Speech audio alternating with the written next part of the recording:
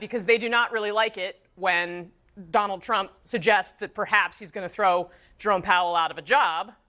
But there you have it. What do you make of what we just saw, and what has your reporting been? I mean, it was an incredibly awkward scene, Casey, to say the least. I mean, look, it's you have the president there. I thought it was notable when he said, "Come over here, come on over, Chairman," to Fed Chair Jerome Powell. I mean, someone he has been openly warring with, openly attacking for months now, even before he actually came into office. This has been going on, of course, needling him over this idea of wanting the Fed to lower rates. But to get back to this investigation and why he's touring this, I mean, we just learned right before he showed up that Jerome Powell was going to be joining him. We saw a number of senators, Tim Scott, Tom Tillis. We know the OMB, the White House budget chief, Russ Vought, is also there, among others, to tour these different renovations. And this all stemmed from an investigation we know that Vought had opened looking into the cost of this. And you're totally right, Casey. I mean, a big question when they had launched this investigation was, is this supposed to be potentially laying the groundwork to question the legal basis, or really set the legal basis to potentially finding a way to push Powell out? And I think it's really important to give you the context here. The president has said privately and has talked about this with his advisors, this idea of wanting to fire Powell. His term is not up, I should note, until May of next year. But that is something that his top officials, his top aides around him have urged him not to do. And to your point, it's because they know that this would create a massive mess in the markets.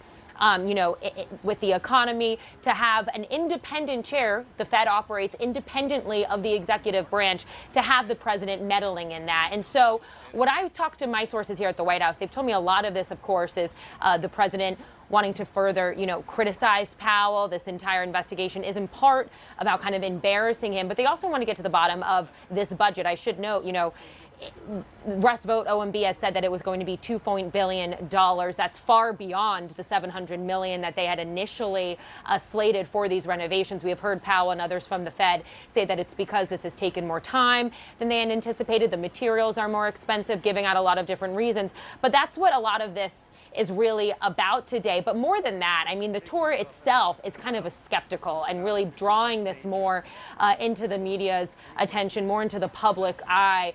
And the fact that you have Powell standing there, the imagery of that, it is pretty remarkable. And I can't share enough how rare this is. And to your point as well, just about this all coming in the midst of this Epstein, firestorm. We saw that yesterday a bit when we saw Tulsi Gabbard, the director of national intelligence, come out and address the briefing, the White House briefing yesterday, talking about, the allegations against the Obama administration with the so-called Russiagate, as the White House is continuing to refer to it, of course, the investigation into whether or not Russia meddled in the 2016 election. All to say we are seeing a lot of these different type of events now popping up in the midst of all of this. But this one is pretty remarkable. And I also should note the last president who actually went and visited the Fed was George W. Bush many years ago when he was there for the swearing in of then Fed Chairman Ben Bernanke. So very rare to have a president even be there, let alone touring something like this, Casey.